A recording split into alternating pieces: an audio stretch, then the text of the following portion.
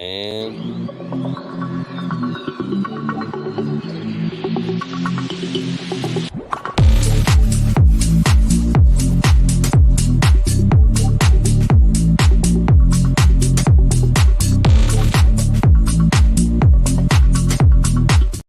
on the Twitter right there, everyone. Not only on Twitter, Mike, but also on Energy. Yeah, but give me a minute, buddy. Also on Energy Facts Chat's YouTube channel, which you can head over there and watch this episode and the last 25 Energy Facts Chats we've done. You know what's funny? I was actually going through our old videos, our old conversations, and I'm like, is this going to be old? Everything we've talked about is still kind of relevant today. That's what I'm loving about this. It's like everything we're talking about is still relevant and pertinent today, and it's not a question of like, oh, well, that story's old. It's that the stories have evolved, and I love that about that. And obviously, if you're checking this out on LinkedIn, hello from LinkedIn. It's what time is it here? 4 o'clock here. It's 6 o'clock Central. It's 5 o'clock everywhere. So hey, we're having this beautiful afternoon here in beautiful San Diego. We're filming another live edition of Energy Facts Chats, and we're just kind of doing improv too. It's a beautiful afternoon. Yeah. We got a lot to talk about. What are we talking about? Let's do the headlines. I bet Kenny Lay just posted like a roll call too. I bet it's that. Oh, there's a roll call. This is very significant, right? If he's gonna shout out, from us, that's the world's collide. That's what I love. So all right, I'm gonna put this down. But if you're tuning in from anywhere or you want to say hello, and I'll bet the first one, yes. Monica says hi from the bedroom, which is right there outside the studio. Thanks. She's watching this, tuning in from our office for the week, I guess, is what we're doing. But if you notice too, we got a great little different setup. We have also the MTV style setup right there. Probably have to mess that around, but it's all right. You get what we get. Production on the fly. I love it. That's how we roll. So you want to jump to some headlines? Cheers, buddy. Cheers. And cheers everyone out there. Thanks for tuning in. And Energy 24/7, even on a Friday afternoon. Energy's always 24/7. This is fresh. It's nice. It's refreshing. And it took energy to get here and to come in my body. So I dig that. So Mike, all right, I'm gonna put this here. Yeah. All right. So I guess what we're gonna talk about today is as we do all the time. It's kind of an impromptu toward the headlines, if you will. And we started off this morning, walked outside. It was a beautiful foggy day along the coast. Natural gas was kicking in, keeping electricity up and running, and then it kind of burnt off around 9 o'clock. And that's kind of when the solar things started getting kicked on, I saw.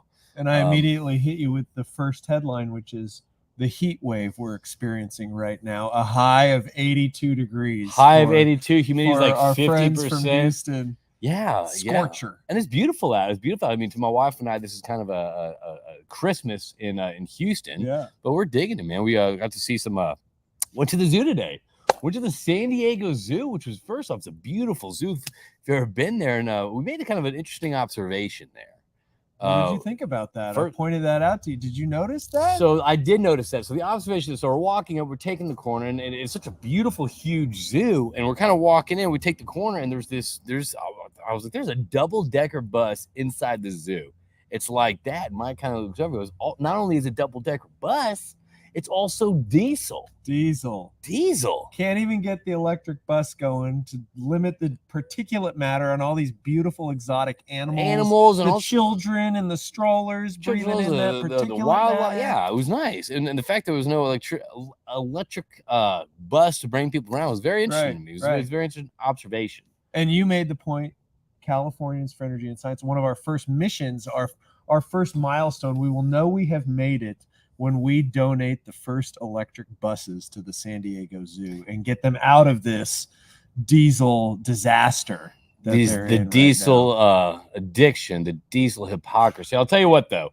You heard it here first. That should be a mission for the California Energy Science. To, like, if you are giving back to the community, donate an electric bus to the San Diego Zoo and kind of leave the impact there. I dig that. Clean air for the animals, clean air for the children. Yeah, and also, I mean, think how many eyes would be on that. Right. All the tourists that go in there, all the visitors, all the locals. 100% that'd be good. That'd be good feedback. Yeah. So whoa. Okay. Well, I've seen a lot in the headlines. Actually, I guess I have in the past couple of days. I've seen a lot of discussion when it comes to, and this kind of is good to say, we're the first article that he's gonna be sharing with us, I think I might take this camera out, the top camera, the MTV camera. Too creepy? It's a little too creepy. It's done. Okay. It's done. You Sure. get out of here, buddy.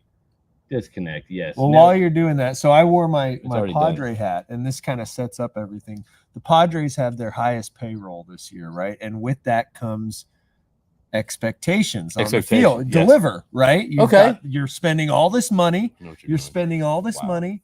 We want to see a product that delivers on the field, and we've got World Series playoff championship Okay. aspirations, right? So there's expectations out There's there. expectations when you invest that much money into a product. You want it to work how it should, right? Especially You if wanna get it's the all, if value. it's the money of this entire community being put in Right. this, yeah, you want it to work. You Well, want it's to see not our results. money, it's the owner's money, but we can pretend it's our money. You want to see the results. And so, long story short, for all the baseball fans out there, they can tell us the Padres are not even going to make the playoffs.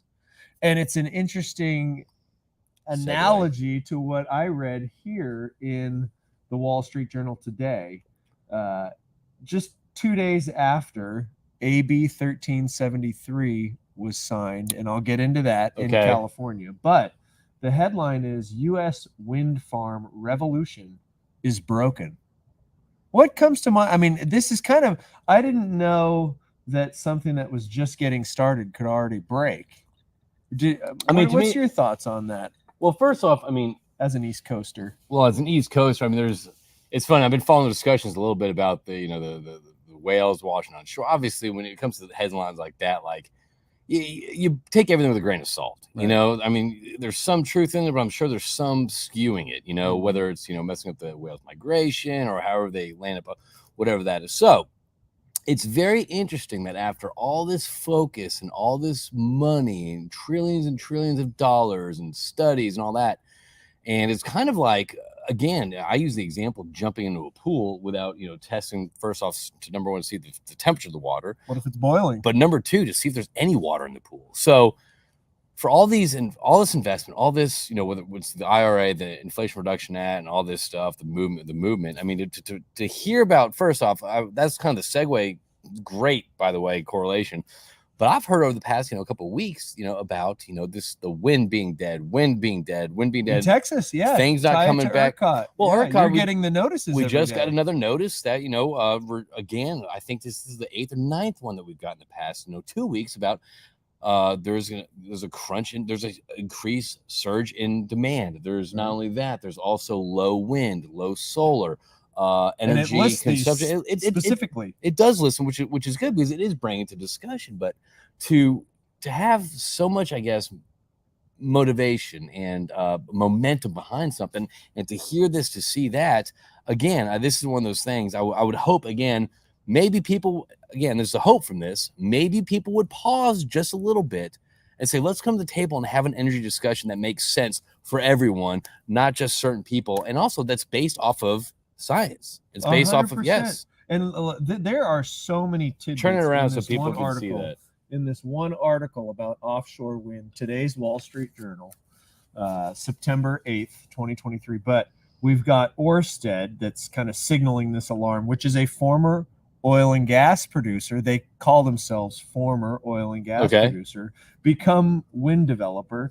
It's cost them more than $10 billion in stock value, in market capitalization. This announcement that, hey, we can't build these offshore wind farms at the price point we need. We need more federal subsidies. We need more support. There's questions in here about procuring the equipment that's being installed, and does it meet the qualifications of the IRA? So if I'm sitting back here, I'm saying, okay, well, big oil gets subsidies and all that stuff. Why?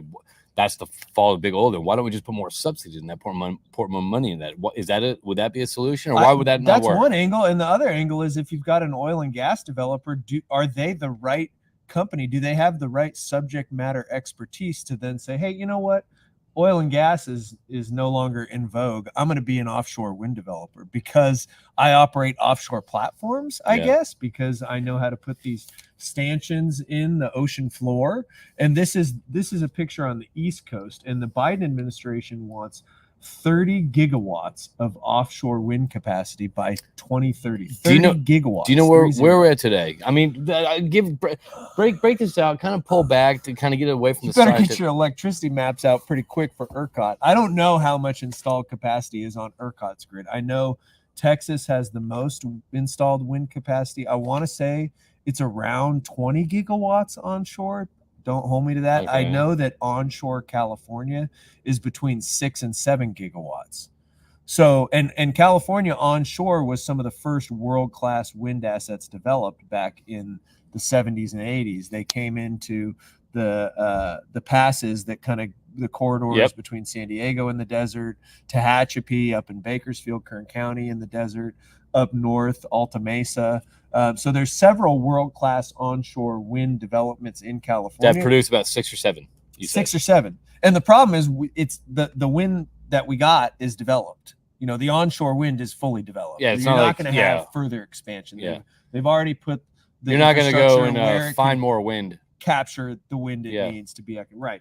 But that's what the offshore wind push is about. Okay. We need to move offshore because it's very windy in offshore Martha's Vineyard, offshore East Coast, or offshore California. Now, let me ask you a question. Is this an actual solution? Or is this just one of those things you're just kind of punting the ball a couple of years until maybe some more headlines come out like this, or should there be some more studies in this? I mean, what do you feel that this is kind of like pushing it kind of the inevitable down, or is this kind of like that is a solution to generate the 30 gigawatts of energy that people that the administration is requesting? Let me answer it this way. It says in here, according to Lazard, building a U.S. offshore wind farm can cost $4,000 per kilowatt at the midpoint of estimates, compared with $1,360 for onshore wind. So it's at least it's 4 times more. 3.5 times Okay. more expensive,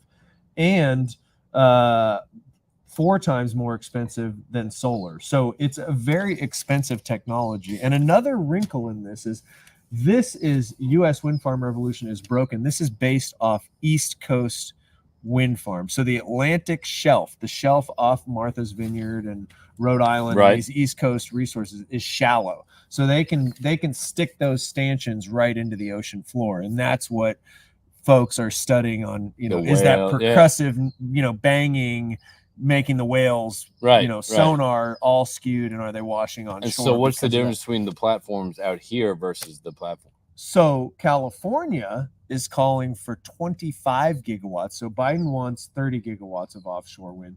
California wants 25 gigawatts offshore Northern California, Humboldt County.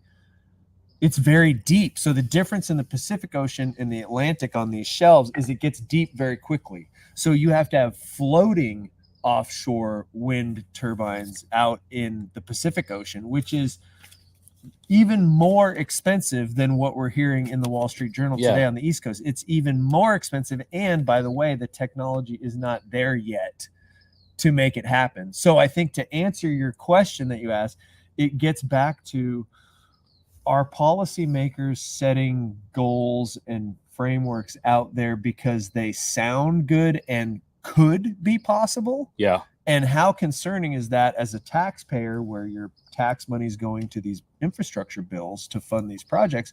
Well, don't you want to know that your tax money is It's being going to spent on work. It's going something to help the that's going community. to work? It's going to help the Something community. that's going to go to the playoffs, Yeah. or the World Series and keep the lights on? Or am I pumping all my money into something that Crypto energy. is broken? Yeah. On the Wall Street Journal is broken. This is not And left or right wing media. This is the Wall Street Journal. But it seems like the push or the lean into wind by a lot of people, whether it's whether it's the population, whether it's the news, whether that, it seemed like wind seemed to take like a real like great footing on like whatever can like fill that gap of the energy that we need to move away from hydrocarbons, to move away from fossil fuels. right. And now you're seeing this less than 2.5 years after like that huge push. Right. I know it's been going on for a while, but I'm just saying, yeah. And to your point on ERCOT, it's a very fragile resource. It can be gone, and then there's no making Back that up. infrastructure work. If it's a still day, you're not getting your wind. Yeah. And it's this expensive to put out on the grid. So I just think I don't know that the general public really puts all this together, they might hear, oh, well, wind's going to save us. Duh. Yeah, we'll No, just put no, more. We'll no just problem. put more. We'll just No put problem. more up. We'll Put put more more up. up. Yeah, Just get more but up. we're already maxed out. Well, we're pushing the limits, and we're trying to push those limits further out into the unknown, and that's okay. I'm not saying we shouldn't be pushing the limits of where we can go and really moving forward, but at what cost? And are we going about this in a measured, sustainable way? Pragmatic We way, yeah, pragmatic. I think we lose sight of the word sustainable. Yeah. You know, Well, it's just like jobs. I mean, I read something also, another headline. I read something about jobs being there's so many different jobs being created, and that are behind this, the new green energy projects and all this stuff. And all. However, once it stops, do the jobs continue? I mean, how many people do you need watching a solar field? How many people do you need doing this? How many people do maintaining a wind turbine? So it is maybe creating jobs in the spot market. Right. However, is that sustainable? Is that long-term employment? Yeah. Well, you've got a lot of services going on. I'm sure there's jobs. I'm not saying there's not jobs. Yeah. I'm just saying is it sustainable. But also, what's interesting too is like I was at this Labor Day party, barbecue, whatever. I was talking to this cat, and this is also interesting. Everyone you talk to in the energy space, whether it's, again, I think I talked about this yesterday, whether you're on the hydrocarbon side, whether you're on the renewable side, the battery, whatever side you're on, there's an understanding of energy. Right. And there's understanding what works, what doesn't work, what complements each other, what doesn't complement each other, and the realities of energy, and it seems like we all get it, there's no this versus that camp. It's all, we understand energy. And even on all sides of the table, there's an understanding that we need it all, right. To have the belief that you can actually move away completely. But I was talking to this guy, and he's like, yeah, I'm actually on these renewable projects, kind of Central Texas and all that stuff. And he's like, man, I'll tell you one thing, like this doesn't have an ROI. Like, this is not doing this. Like, but I mean, it's kind of, if you fall, it's free money, like we're getting paid and all this stuff. It's, I think there's something that you have to support, like it's kind of like similar to a union or something like that. But anyway, he was voicing, he's like, we're doing this, because it's there, but there's no return on this. It's not a good, and he's saying this in that space. And it's just like, does it sound something like offshore wind farms should be one of the best solutions to the climate crisis, but are turning out to be a lousy business? Yeah. Opening line. Yeah. And that should concern people. And it's not a knock on the attempt to make that not at all happen. Not at all. It's simply, should you be trusting oil and gas companies or companies outside of a particular skill set? Should we expect them to be able to make this happen at all? Yeah. They've never done it before. They're trying to do something new. So can they make it happen? Is it profitable? Beyond that, can people afford it?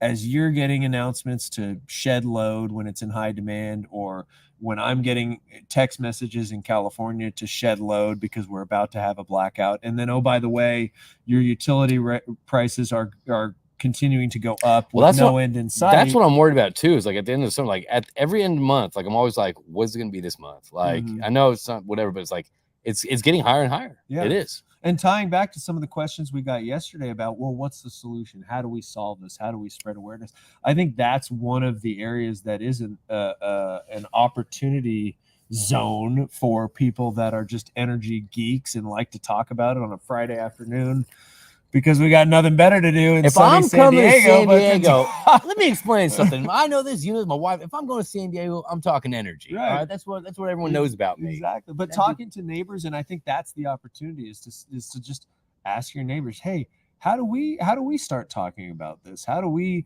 present our, we've got these big, massive, multi-billion-dollar corporations that get to dictate how these projects are built. Where's the independent? Where's the little guy? How do we collectively have a voice as a community to say, yeah, we're down with clean. We're down with clean power, whether it's wind or geothermal, which I want to touch on with this AB 1373. But I think those are the opportunities, is just continuing to focus on connecting within our community to say, yeah, this isn't working for us. We're all struggling to pay these utility rates, or we're all struggling to, react to a text message every time I got to turn off the laundry. I mean, it seems like the days of abundant, affordable energy is like, it just keeps kind of getting further and further behind us. That's just what it feels like right now. I mean, we're obviously waiting for the energy boomerang to come around when people actually do start asking questions about why is my bill so high? Why is gas in San Diego so high versus, you know, when I went over to Arizona, it's not as much. Like why now's the time for people to ask questions. And unfortunately, it's important right now. Right. And we are we are in an election year. And I actually saw it's like we have another, 14 months before the election. It's like, damn it, I hate election years, number one. Right. But this is the time for people to kind of pause and not get caught up in the noise, not get so drawn into the rhetoric, the articles that mislead. This is the time to start having the barbershop talks, to start going across, talking to your neighbors, start diving into your community versus more than this rhetoric, because it is election time. That's an emotions drive stuff, not logic, not science. Because California energy should be based on science. I love it. And I'm pulling up a tweet I put because you mentioned gas prices, and I know I'm not going to spoil any kind of announcement, but I know you're working on something special for an event on the policy front. But you're right, it's an election season, and we should be talking about this. But you've got in today's San Diego Union Tribune an article about the law that was passed in California to keep tabs on the oil industry. Yeah, what is that all about? So we've got a special commission within the California Energy Commission and a new czar of identifying price gouging. And some of these quotes, we will ask a simple question. Ty Milder is the director of the newly created division of Petroleum Market Oversight. California and its Energy Commission now has a division of Petroleum Market Oversight. That sounds pretty big. That sounds kind of like OPEC, right? That sounds like a big ruling agency. Well, that is big ruling, but for a state, or let's say California as a country with a declining production with only 7 permits being approved, that seems like a pretty a bold statement. A big statement for something that seems not really active, not really needed. They will ask a simple question: are consumers getting ripped off? If the answer is yes, then we will act. So it has no reason. Who's ripping who off? Saudi's ripping me off. They cut production 1.3 million barrels a day, right? Right. The oil and gas industry in California is not allowed to produce. We can't have permits, so it's not our fault, right? Yeah. How can we rip you off if we can't bring on more supply? If I'm an oil operator, we know which I'm not. We know I tried to be, but I was told I'm not allowed to be by the state of California. Yeah. And I think that begs a question of, okay, so at what point when we talk about San Diego prices at $5.43 a gallon? Okay, I've seen $5.99 around here. Yeah. I don't know where $5.43 might be Costco on average, because they sell the most gas from foreign countries. I haven't seen $5.43, by the way. That's slow. So we've got $1.44 a gallon in taxes referenced in here. So my question is, $1.44 a gallon in taxes, shouldn't that be compared apples to apples against the spread refineries are making? And what happens if that spread is on par? What happens if the state is making just as much as the oil operators or the refineries? Really, it's not even the oil operators in the state making money anymore because they can't get permits and the wells are declining. So it's really fascinating to me. All of the, we're betting on wind. Is it going to happen? We're saying we're getting price gouge. Well, when the math pencils out, is the state making more than the oil refinery? And then who's gouging who? But what's kind of it's cautious about that too is, like, you're right, there's a czar. It seems like a no questions or no discord environment. And for such an important part of everybody's lives, you, me, your neighbor, your family, everyone's lives, it seems counterintuitive or counterproductive to have someone that just asks one question and that's the answer that sets the stage. I mean, are you getting ripped off? Yeah, I mean, there should be. I mean, I'm getting ripped off every day by the government. You know what I mean? But here's the deal. But it's to have that statement for such a already a suffocated industry here. When you went from 1,400 permits down to 7. Right. You went from producing this much to phasing out production. You went to it's so everything's kind of getting squeezed, and then to set up a czar to have that dialogue, and at the end of the day, that just shows me that's going to be like, that's that 1984 style. That's that think tank that they're going to tell you on why things are this, why gas is this, why prices are so high. They're going to tell you why versus you asking or having that dialogue on why is it like this. And this petroleum marketing oversight division is funded by the ratepayer. It's a $6 million a year commission for the salaries of these bureaucrats, and it's coming out of everybody's utility bill on their electricity rates. So even if you in California So that's just another own only electric vehicles and you do not buy gasoline anymore, you're paying for this. You're paying for the oversight of OPEC and for the threat that we will claw back OPEC's profits from the people of California. Really? Yeah. Because that's the only people that are going to get affected by this kind of a commission. Saudi Arabia is not paying for this. They're saying, I'm bringing a boat. I'm pumping. You're going to get it anyway. I'm pumping bunker fuel across the world. I'm pumping diesel particulate across the world to bring you this oil and gas because your caloric intake, your energy requirements as a state are still high. They're still 500 to 600 million barrels a year.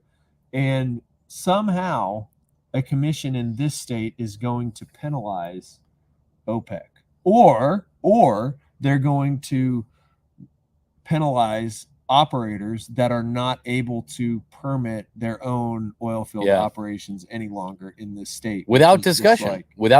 How it's just, I don't understand. I don't get it. I need more than are people getting ripped off, we will act. I need more thoughtfulness. I need more mindfulness about the situation. You want more of a strategy. Yeah, you want more strategy, you want more details. I mean, at the end of the day, I mean, that doesn't sound so.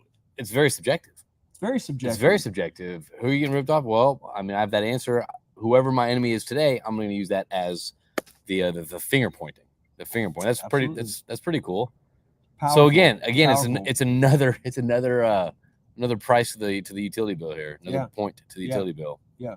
Absolutely. And it leads to the third headline that I wanted to talk about, which probably didn't make mainstream news, but it's AB 1373. What is this? You talked about this. What is this AB? So this bill in California now empowers the state to procure clean energy resources, offshore wind and geothermal. Okay. So now the state is going to act as the buyer or investor in said projects. Okay. Which, again, in the backdrop of the wind revolution is broken, the oil and gas market is broken, all of these markets are broken, the government is going to come in and save it.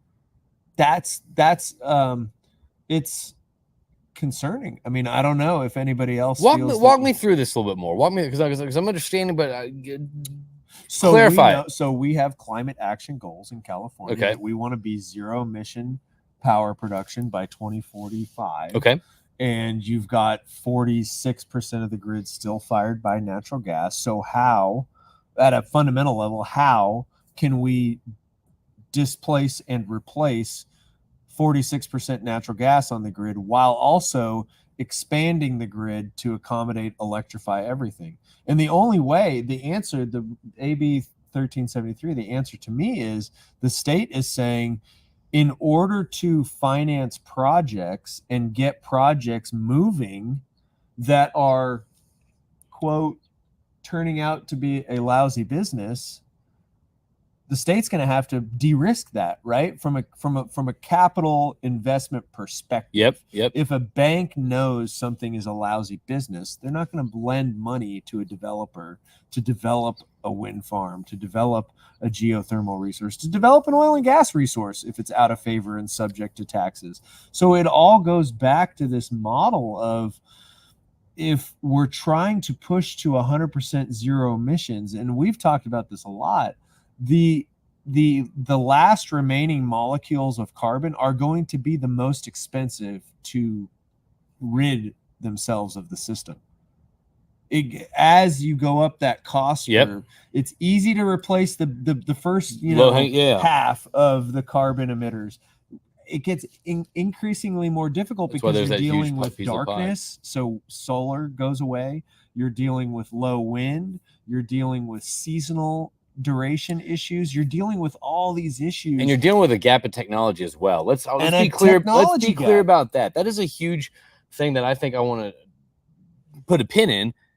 there's a huge gap in technology. It's not the question that, oh, only if we could, only if the big oil will get out and then the money will be back in the technology.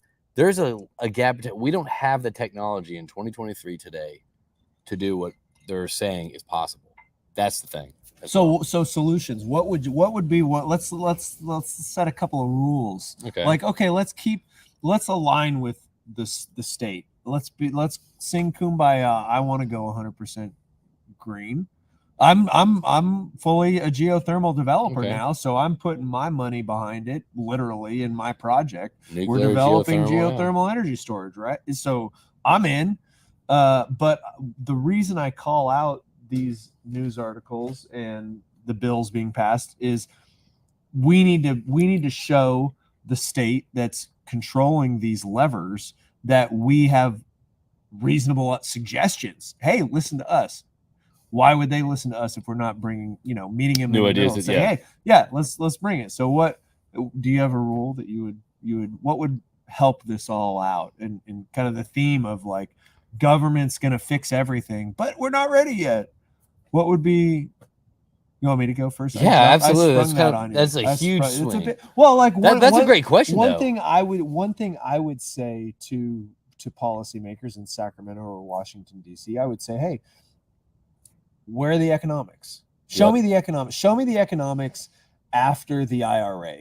The IRA is not going to last forever. So I would say, talk to me about what do we need to start planning for in 20. I think the IRA, the tax credits, from my understanding, as long as you break ground by 2032, which is pretty close, really. That's 9 years away. You can qualify for the tax incentives and the tax credits. So my question, my thought would be, okay, agree with you. IRA, we need it. We need to fund these new energy developments. My feedback to policymakers would be, number one, what is 2032 to 2045? What are those 13 years? How do we bridge those 13 years? Show me that the economies of scale are going to happen, the efficiencies are going to happen, that now offshore wind in California is not going to be $8,000 per kilowatt. I still feel like you're kind of forcing like a square in a circle, because like here's the deal, this 2045, this 2050, to me that's a mirage. That's a mirage in the distance that's going to keep pushed back. Is it factual though? Push it back. But is it even real? But is it just marketing? Is it this net zero 2050? Is that just marketing? Is that a real tangible thing? So what lever could we suggest to test that? Is it just marketing? Do they have to be economic at a certain price point? Show me how you can make the ratepayer fit this into their budget. What does that look like? Man, I don't know, because here's the deal. I feel like we're stuck on this, and that's a great question. Like I think there's smarter people out there. No, you're brilliant. No, but here's the deal. You're having dinners with people in industry. How would the oil and gas space look? How would your friends look? But here's the deal. Also, it's like you're asking about, like, for me, it's let's pause real quick, okay? I feel like we're constantly, as whether it's an industry, whether it's a society, whatever, we're constantly trying to fix a future. Right. A future that, man, let's just try to get through today. Let's not worry we're going on our 10-year anniversary, honey. Right. Let's get through the first year of marriage. Right. I kind of feel like these conversations are great to have, in a philosophical, a fireside chat, whatever. But the real answer is, how are we fixing the stuff that's happening today that's affecting my bills today and the next year? Right. Let's handle that stuff first before we start having these high-fluting conversations. Look, I understand we've got a plan for tomorrow, but call me more of a, I'm looking at my bank, I'm looking at, what I can spend a month in my bank account right now today versus what I'm looking at in 2050. Right. I'd rather have the conversations, how we're going to handle it today without all, yeah, you're right. So let's take economics into it, economics into it. Let's take a science into it.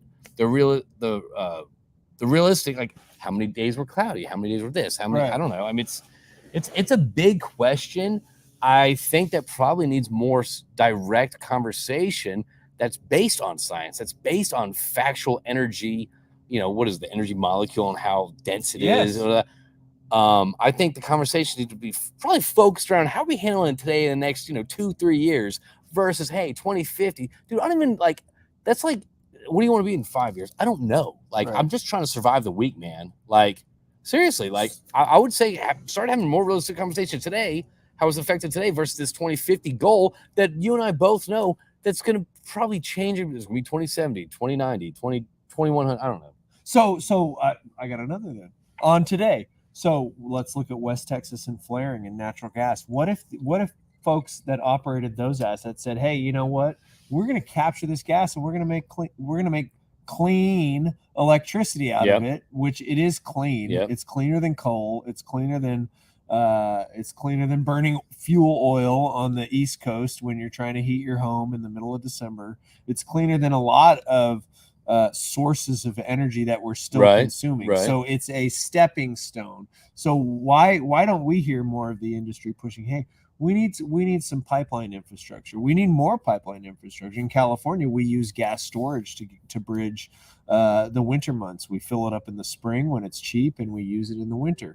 So maybe hey, for every permit that you're giving to a wind developer, where's the permit to fortify, to harden the stuff that works now? Yeah. Why don't we hear that? Yeah. I mean, I think about that a lot because I feel like it can be in vogue for people to just be like, oh, well, we'll just switch. You're forfeiting practices that work, practices that supply energy for a potential hope of something that may work, that might work, that should work. You look at any newspaper, this, technology should be able to save this, the energy crisis, should be able to fix climate crisis, whatever, should, could, would. Right. That's what you all hear. You're right. So why? That's a good point. And if we're doing it the right way, shouldn't the grid continue to be hardened? Yeah. Shouldn't it be better and better and better every year? Yeah. We should not be seeing these headlines of, oh man, or the announcements that you're getting. Hey, JP, turn down your air conditioning.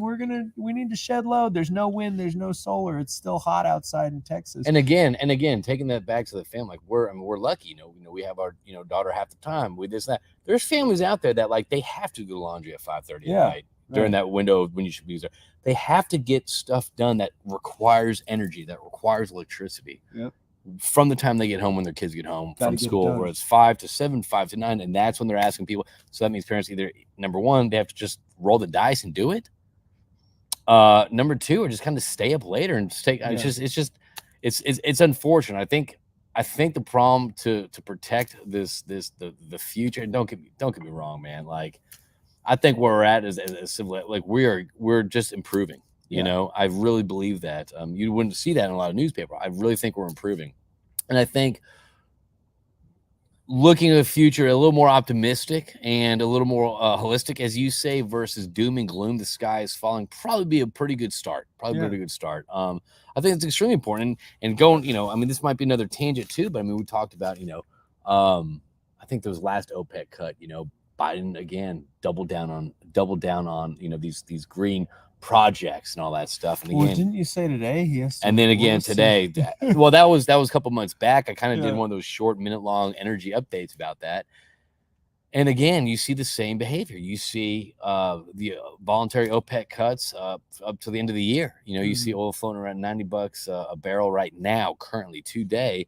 And Pickering said something about 100, a compelling case for 100. For 100. Fun. Yeah. Fun And then times. And then you see, Biden frees U.S. Arctic oil, and then they're because why? Who did he consult? So on the board, they actually canceled 7 leases to protect the environment. And again, someone made a case in here. It's like you can have developing locations, developing well sites, and still protect the environment. They don't have to be mutually exclusive. Right. And that meant that mindset that like, oh, you have this, like it ruins the environment. That's just not true. There's enough environmental protection around oil and gas operating sites leases that we all know, whether it's a lizard, whether it's an owl, whatever it is.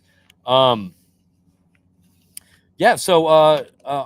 one of the legal justifications was knowledge from a shaman. It was a spiritual dogma, religious dogma that was one of the decisions for them to kind of shut it down. Shaman is a shaman, spiritual leader. Yeah. It says U.S. gasoline prices have risen 60 cents a gallon this year. Saudi Arabia and Russia command the oil market. The administration flogs, green energy subsidies, but how many more climate policies destroying? Yeah. Employment in oil and gas extraction is 15% lower than before the pandemic. So this industry is being and Saudi and Russia. And I think that's but also talks about this in the Arctic Oil. It says, we're doing this to protect the environment, but it also says that Russia, just as you pointed out yesterday, was doing nothing with the sort. They're drilling, they're training, they're nudging the caribous aside, they're blowing and going. They don't have the environmental regulations we do. So might as well hand it off to our. Nor does anybody rule the Arctic. Yeah. You've got China, Russia, U.S. kind of all up there vying for this position, and our administration saying we're not going to touch it. Let's protect it. What's in our borders, we're going to protect, and then everything around. So 3/4 of that circle is just going to be whatever goes. Yeah, it's gonna be the Wild West. It's gonna be Wild West, just like in a James Bond movie. All right, let's take it to the streets right now. We got there someone in the streets right now? We got Daryl in the streets. Daryl Polson in the house. Daryl's in the house. Love how Daryl is too. Daryl is the most covered up cat in energy out there. I mean, we're not even connected. We follow each other. He's so connected. Warren Buffett says the only reason to invest in wind was tax credits. He also says, what are the pinch point subjects, especially in electrical distribution? Now ask about what is the needed infrastructure to firm the grid. This is going to your thing. What discussion points? What rules do we have? Good questions. Daryl. What will be the needed changes to end user habits and the need for demand side response and energy efficiency and demand destruction to meet the goals? Now, what would be the cost of consumer? Daryl is not in Bakersfield, is he? Because there's Daryl's storage all over the Central Valley. He's not the kingpin of storage, Daryl. So he says they are doing it, but not at a scale yet, and is a step to use it for electricity and some button mining versus flare by. So he's talking about the flaring. Okay, they're pushing the flaring. Yeah, and I'll tell you one thing. I just saw another thing that the methane issue is going to be what I think I got this on. Front and center. It was like it's going to be the methane is a serious issue right now that it's going to be very heavily according regulated. to NASA, methane has 80 times the warming intensity than CO2 molecules. So if that's true, I would believe it's true. Then absolutely. Why? And I made this point on Twitter the other day. Why is Oxy able to participate in any carbon sequestration project, price per carbon, anything of that nature if they flare gas? That would be one thing I would say day one to federal or state administrations. If you've got an oil and gas operator that's flaring gas, they should not be able to participate in any sort of tax credit or ESG scheme until they stop flaring gas. That should be one. And why Buffett, there's no way to make wind or make money on wind without the subsidies. Buffett's riding Oxy subsidies all day long. Talk about a two-faced, what's Biden's phrase? Talk about a lion, two-faced dog, pony whisperer, or whatever the hell. When you see that lame phrase Biden says, oh, Warren Buffett cares about the environment or cares about what's baloney. Warren Buffett makes so much money. All of it. And that goes to the point that we talk about the wealthy and the big businesses making it on this. He trucks all the crude out of the Bakken. He doesn't want pipelines. He doesn't want what's best for the environment. He wants rail. He wants on a rail because he owns a rail. He wants to rail that crude out of there. Oh, but at the same time, he wants to back Oxy, and he wants direct air capture of a molecule that's 0.0004% of the atmosphere, and he's going to get paid to do it in carbon sequestration while his darling Oxy flares in perpetuity. I mean, Warren Buffett is the master of looking like this friendly old grandpa. And he's evil Dr. Burns sitting in the background doing whatever he wants and getting rich along the way. Well, what politician's not like that? Even if he's not a politician. I don't talk about politicians because they're setting up these regulatory czars and these oversight for my benefit. So I'm going to trust the government to look out for me. But I'm going to call out Warren Buffett. Okay, Warren Buffett. I know he's a listener. I know he's an Energy Facts listener. Sitting there in Omaha eating a Big Mac, listening to driving his Accord. Yep. So, well, all right. So, what else we got on the was that our lone comment agenda? Listener, Daryl? Yeah, Daryl's in the house. Daryl's tuning in. Let's see what's else. I think that's kind of I think we wrap it up and start grilling. I dig that. Well, everyone out there, it's been a beautiful day in San Diego, and often times like this, it kind of gives you time to stop, pause, and kind of reflect, and just realize that things could always be more hectic, things could always be more turmoil, but at the end of the day, things could always be worse. So enjoy what you got, enjoy the people that you're with, and try not to get lost too much of the noise and the rhetoric and the narratives of the hustle and bustle, and try to kind of lift yourself above that and have productive, constructive, and just great conversations with people, whether it's about energy, whether it's about electricity bill, and what we can do about that. So that's the whole point of Energy Facts Chats. We're trying to bridge. Give me that. Give me that. Give me the paper. Realities. We're trying to bridge energy expectations with energy realities. And that being said, we are energy maximalists. We love all forms of energy. However, when it affects the consumer, when it affects the environment, and they said it's not going to either one, that's when we step in and we discuss it. So, again, energy maximalists, bridging the gap between energy expectations and energy realities. I want to thank everyone out there for tuning in. You enjoyed this. Share it, like, subscribe. You're already watching this. Daryl, thanks for the comments, buddy. We appreciate it. And turn your thermostat up to 85 this weekend, all weekend. And 5 and 9, don't exist in the 21st century. So deal with it. All right, y'all. We'll see y'all soon. And thanks for tuning in.